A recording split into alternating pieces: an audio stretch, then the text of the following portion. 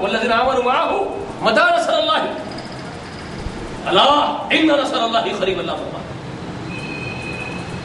چیخ پڑے یہاں تک کہ مصیبتوں سے دہل گئے تھے، مصیبتوں سے اور تکلیفوں سے ہلا دیے گئے، جوڑ دیے گئے تھے، حتیٰ کہ رسول اور ساتھ کے ایمان والے چیخ پڑے تھے آخر کب اللہ تمہاری مدد کب آئے گی یا اللہ، اے رحمان آپ کی مدد آخر کب ہے. اللہ فرمائے الا خبردار نصر اللہ قریب، اللہ کی مدد قریب آنے کو ہے، صبر کرو. کب کہا یہ، کب یہ آیت کب نازل ہوئی؟ جاتے ہیں اتنی بڑی بڑی آزمائش صحابہ سے ہوئی. اس کو اصل میں بقرہ میں رکھا گیا ہے، لیکن یہ آیت کریمہ مکے کے دور میں بھی سنائی گئی. آپ کو معلوم ہونا چاہیے خباب بن ارت رضی اللہ تعالی عنہ ایک لوہارنی کے پاس غلام تھے. وہ لوہارنی کے پاس سرداران قریش آ کے بیٹھتے تھے، ولید بن مغیرہ وغیرہ بڑے بڑے سرداران آ کے بیٹھتے تھے، اور یہ بیچارے وہاں بھٹی پھونکتے تھے لوہے کی، جس میں لوہا گرم ہوتا تھا، پھر ہتھوڑا مار کر کے اس کو گرم لوہے کو کچھ بناتے ڈیزائن وغیرہ کر کے. تو وہ یہاں پر اس کی بھٹی پھونکنے کے لیے بیٹھتے تھے بیچارے، مار مار کے دن بھر ہینڈل مار مار کے جو ہے جس طریقے سے بھی اس وقت پھونکا جاتا تھا وہ پھونکتے بیٹھتے غلام تھے اس لوہارنی کے. تو وہاں سرداران قریش آ کے بیٹھ کے ان کو طنز کرتے تھے، بولتے تھے کہ اب آپ تو بھی محمد کا دین قبول کر لیا ہے صلی اللہ علیہ وسلم. اب وہاں تانے مارتے تھے، ہنسی اڑاتے تھے، ان کی ٹھٹا اڑاتے تھے، اور ان سے کہتے تھے دیکھ بیٹا خیر اسی میں ہے کہ انکار کر دینا وہ دین کا، وہ ہمارے باپ دادا کے دین کے خلاف ایک نیا دین کا اعلان کرتا ہے، وہ آدمی اس کے ساتھ نہیں دکھنا ورنہ بہت برا انجام ہوگا، فلاں ہوگا. دھمکیاں دیتے تھے. یہ سب دھمکیاں سننے کے بعد بھی کہتے تھے اشہد ان لا الہ الا اللہ وحدہ لا شریک لہ واشہد ان محمدا عبدہ ورسولہ. وہ یہی کہتے تھے کہ میں تو گواہی دیتا ہوں اللہ کے ایک واحد معبود ہونے کی، اس کا کوئی شریک نہیں ہے، میں گواہی دیتا ہوں محمد رسول اللہ کے بندے رسول ہونے کی، میں مانتا ہوں. تو یہ بدبخت کیا کرتے، وہ گرم لوہا اٹھا کے پیٹ میں گھسڑ دیتے تھے خباب بن ارت. آپ چیختے چلاتے کراہتے درد سے. ایسا ہی معاملہ روزانہ کرتے تھے. ایک دن آپ کو پکڑ کر کے شدوں نے گرم لوہے کے کوئلوں کو لٹا دیا، آپ کی پیٹھ جل کر کے خاک ہو گئی، راگ بن گئی، پشش نکلی پیٹھ سے اور وہ آگ بجھ گئی پشش سے، اتنی جل گئی پیٹھ. درد کے مارے چیختے ہوئے چلاتے ہوئے کراتے ہوئے دوڑے اللہ کے رسول کے پاس. کیا عالم ہوا ہوگا؟ بولنا سننا بہت آسان ہے دوستو، بول لینا سن لینا قصے کہانیاں سمجھ لینا بہت آسان ہے. کبھی کسی کو لٹا کے دیکھ لیجیے، خود لیٹ کے دیکھ لیجیے کیا عالم ہوتا ہے.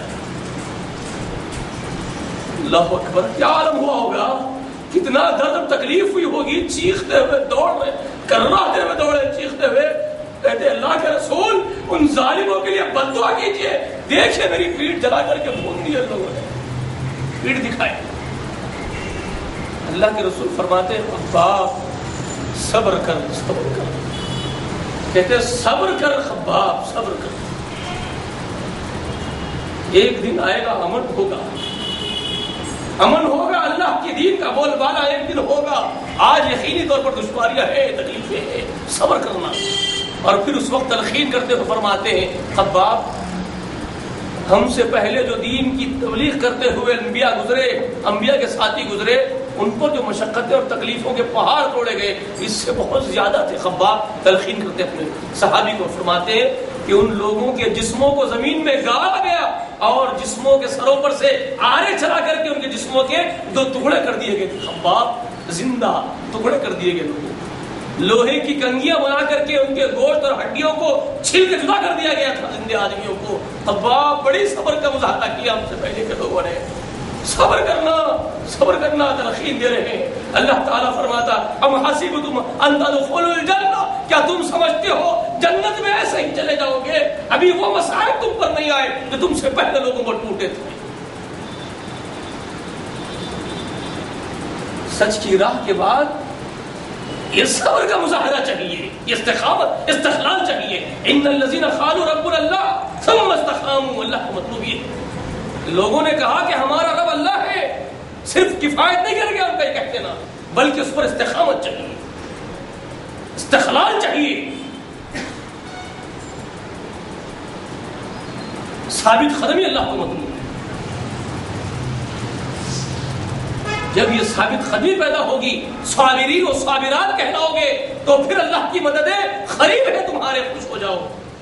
تتنزل علیہم الملائکہ، تتنزل علیہم الملائکہ، پھر ان پر اللہ تعالیٰ فرشتوں کو نازل کرتا ہے، فرشتے اترتے ہیں خوشخبریاں لے کر کے، لا تخافوا ولا تحزنوا وابشروا بالجنة التي كنتم توعدون۔ فرشتے یہ کہتے ہوئے آتے ہیں تم خوف مت کھانا جی، تم غمزدہ مت ہو جانا جی، بلکہ تم خوشخبریاں سنو، جنت کی خوشخبریاں تمہارے لیے جن کا اللہ نے تم سے وعدہ کیا ہے، اب تم کو ملنے جا رہی ہے وہ عظیم نعمت اللہ کی، القریب تمہارے قدموں کے قریب ہو۔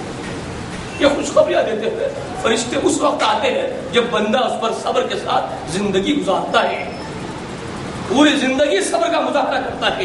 جب موت آنے لگتی ہے تو فرشتے یہ کہتے ہوئے آتے ہیں کہ اب صبر ختم ہوا تیرا، اب خوش ہو جا کہ وہ جنت تیرے قریب ہے جس کا اللہ نے وعدہ کیا۔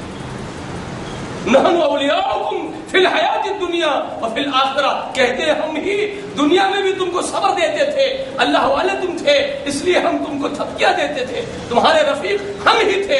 اور فرشتے مومنوں کے لیے، صابرین کے لیے اللہ کے حضور میں دعائیں بھی کرتے رہتے ہیں، اللہ تیرا بندہ ہے آسانیاں پیدا کر، فرشتے دعائیں کرتے ہیں۔ تو فرشتے وہاں یہ کہتے ہوئے آ رہے اللہ کے اے بندے، نیک بندے، دنیا میں بھی ہم تیرے رفیق تھے، تیرے ہمدرد تھے، تیرے خیر خواہ تھے، اب جب تو جنت میں آ رہا ہے ہم بھی تیرے رفیق ہیں، ہم بھی تیرے ساتھی ہیں، اور ہم تیرے سب سے اچھے رفیق بنیں گے۔ یہ خوشخبریاں دیتے ہیں آتے ہیں، دنیا میں بھی تیرے ساتھ تیرے رفیق بنے تھے، اب تیرے ساتھ ہم لوگ رہیں گے۔ خیر کے فرشتے کہتے ہیں لکم فیہا ما تشتہی انفسکم، کہتے ہیں اب تمہارے تمام شہوات کے خواہشات کا سامان ہم نے جنت میں اللہ نے تمہارے لیے مہیا کیا، ہم تم کو خوشخبری دیتے ہیں۔ یہ جنت کے اندر تمہارے شہوانی تمام خواہشات کا تمام سامان مہیا کیا گیا ہے، کیونکہ تم صبر کے ساتھ اپنی شہوت کو اللہ کے لیے دبا کے رکھے۔ اب تم کو ضرورت نہیں ہے جب جنت میں جاؤ گے تو تم اپنی خواہشات پوری کرو،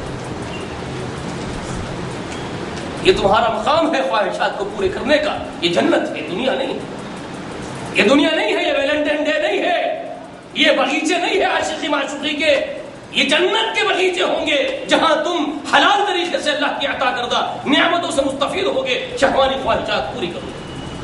اگر دنیا میں شہوانی خواہشات کے پیچھے دوڑو گے تو پھر جنت کی وہ بھی سونگنے کو نہیں ملے۔ یہاں صبر کرنا ہے، یہاں تو صبر کا مظاہرہ چاہیے۔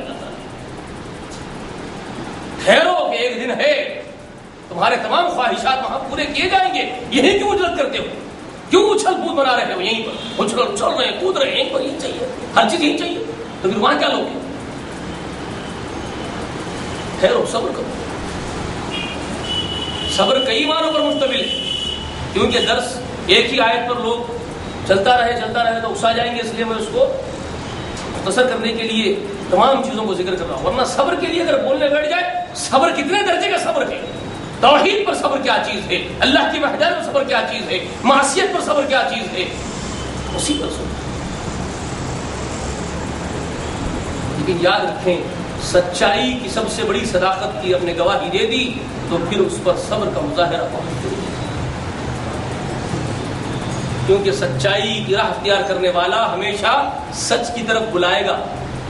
جب وہ سچ خود قبول کر لیا ہے، خود سچائی کی گواہی دیتا ہے، صادقین صادقات خود بن گئے مرد و عورت، تو وہ پھر سچے ایسے نہیں ہوتے کہ خود سچائی کی راہ اختیار کر کے گھروں میں بیٹھ گئے، بلکہ وہ سچائی کی دعوت بھی دیتے ہیں۔ وَأَمْرُ بِالْمَعْرُوفِ وَانْهَى عَنِ الْمُنْكَرِ کا وہ کام کرتے ہیں جن کا کہ حکم دیا گیا۔ لقمان اپنے بیٹے کو، لقمان علیہ السلام کیا کہتے ہیں اپنے بیٹے کو؟ بولے یا میرے بچے نماز قائم کر، وَأَمْرُ بِالْمَعْرُوفِ معروف کا حکم دے، وَانْهَى عَنِ الْمُنْكَرِ منکرات سے منع کرنا میرے بچے، وَاصْبِرْ عَلَىٰ مَا أَصَابَكَ اور پھر جو راہ میں تکلیفیں آئیں گی اس پر صبر کے ساتھ ڈٹ کے رہنا میری اولاد۔ آپ کہتے ہیں کہ اس پر ڈٹ جا میرے بچے، صبر کے ساتھ ڈٹ جا، کوئی شے تجھے اس سے ہٹا نہ سکے، صبر کا مظاہرہ کر۔